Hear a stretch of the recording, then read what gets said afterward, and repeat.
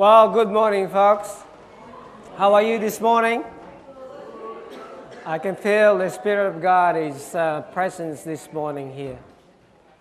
We just want to welcome you. This is your first time to Amy and Robert. Welcome this morning.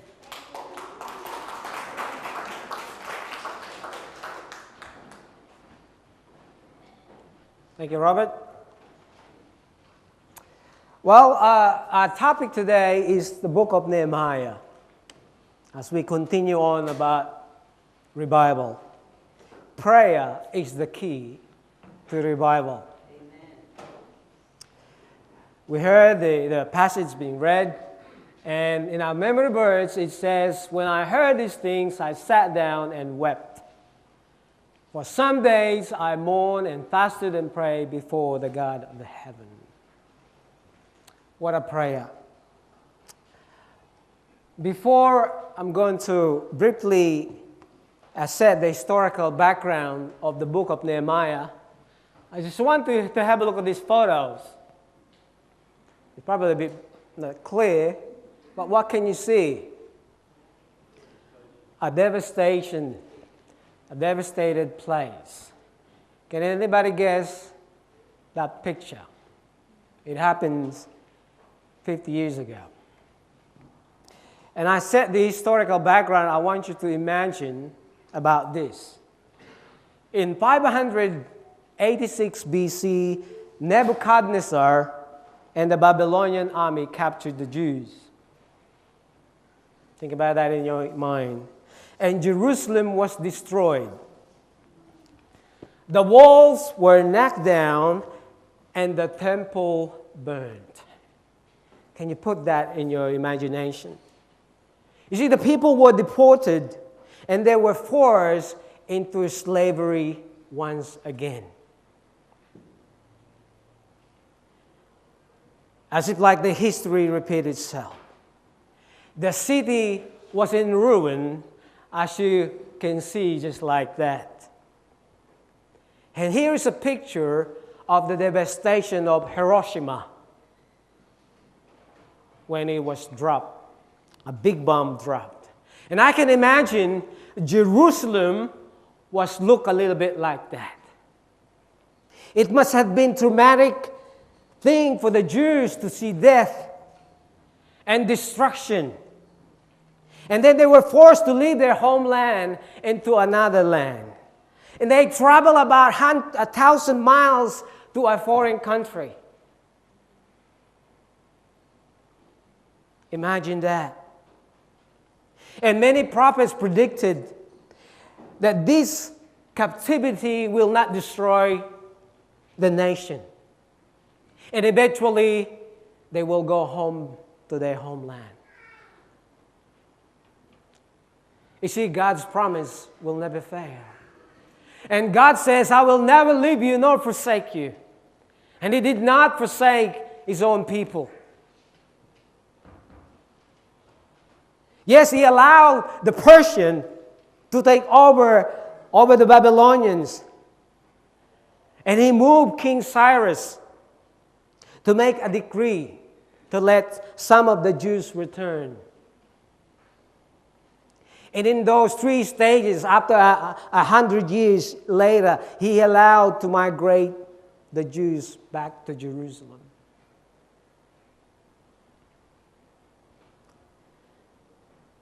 Only discovered when they got there, that's what they saw. Similar to that. The place was demolished and desolate. Living in that condition is very dangerous, it's very difficult, and full of sorrow. Can you imagine that? And after the decree of Cyrus, 50,000 Israelites returned to Judah with Zerubbabel. And they began rebuilding the temple. 50,000 people. And yet, they were discouraged and decided to quit rebuilding Jerusalem. Now Persia is a strong nation. Persia is the great nation of that time. And Persia ruled in different kinds of ruling. And so every person they capture, every nation they capture, they made a decision to resettle those captured people in one condition. They return to their country, but they have to obey all the rules. Not only that, they have to pay their taxes. And so that's what happened. And as we enter into the book of Nehemiah, God is about to initiate another movement for the Israelites to go home to their promised land. You see, prayer is one of the overriding ingredient in the book of Nehemiah. And the success of Nehemiah, the secret of his success is through prayer. Because as the story is told, it's about compassion, it's about persistence, it's about personal prayer and corporate prayer among God's people. You see, when Nehemiah prayed, it gives him perspective. Not only when he prayed, he has that perspective, it widens his horizon. It also sharpens the vision God has given him. Nehemiah's public life is very personal when it comes to his relationship with his God. His life is shaped by a lifestyle of prayer. He's very devoted to his God. And everything he does, he is always dependent upon God in everything. And his desire is to give all the glory to him that God deserves. He knew that his prayer is the only answer to his situation. And I want to suggest this morning, my brothers and sisters, Nehemiah went through a process of prayer. And I want to share with you this morning. Number one is Nehemiah was deeply burdened with their condition.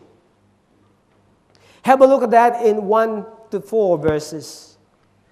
Well, we all know, if we just jump into verse 11, Nehemiah was the cupbearer of the king. You know what a cupbearer is? Well, he got an interesting job. He says it's very interesting. He has to taste all the wine before the king will drink it. Isn't that a wonderful thing? He makes sure there's no poison in it. Can you imagine? You don't know whether you're still alive after you drink that wine. A very interesting job. He enjoys his job, you know. Everything he needs is in the palace. He has a comfortable life, if we can say that. You know, politically standing, he was there. Mingling with high social people, he was there. He lived in a luxurious place.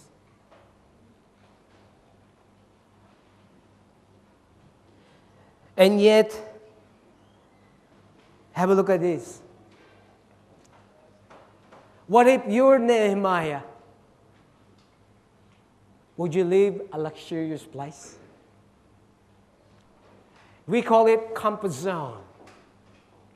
And many of us in this building are living in our own comfort zone. Have a look in verse 2.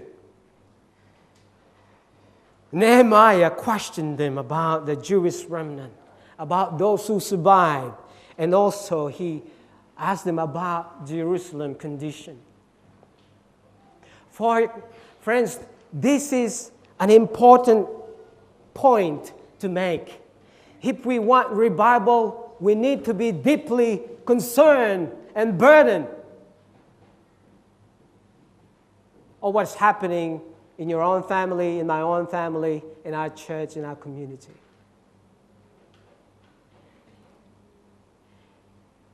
It is so easy to not get involved.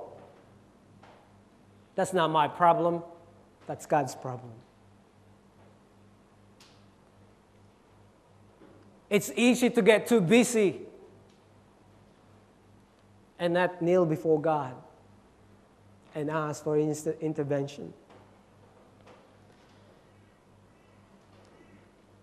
Even though Nehemiah never been to Jerusalem, he never saw Jerusalem, but he heard a lot of story about it.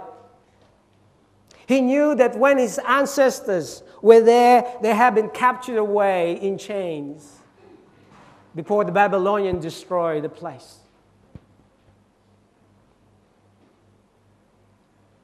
And as you can see in verse 3, and as he listened to those who survived, he has this great trouble.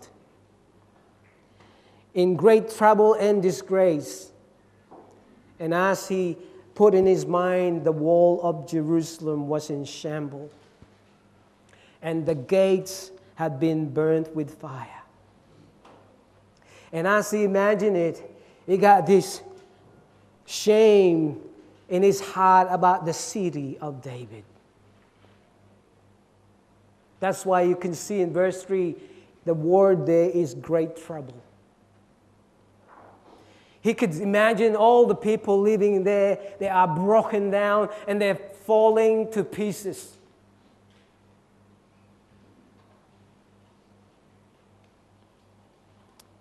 Nehemiah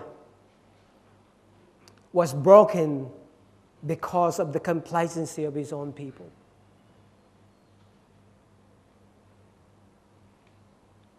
They were living in ruins, and they accepted it. They were willing to walk around that devastation. Instead of being concerned and doing something about it, they just accepted it.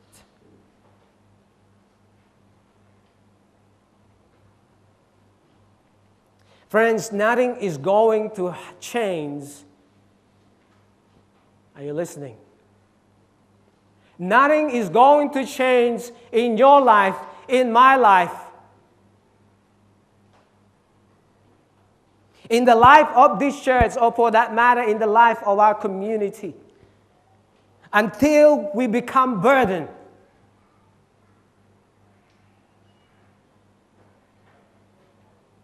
In your own life. If I want to seek revival, it doesn't come to start somewhere else. It's going to start from me first. Lord, where is my life right now? How is my relationship with you?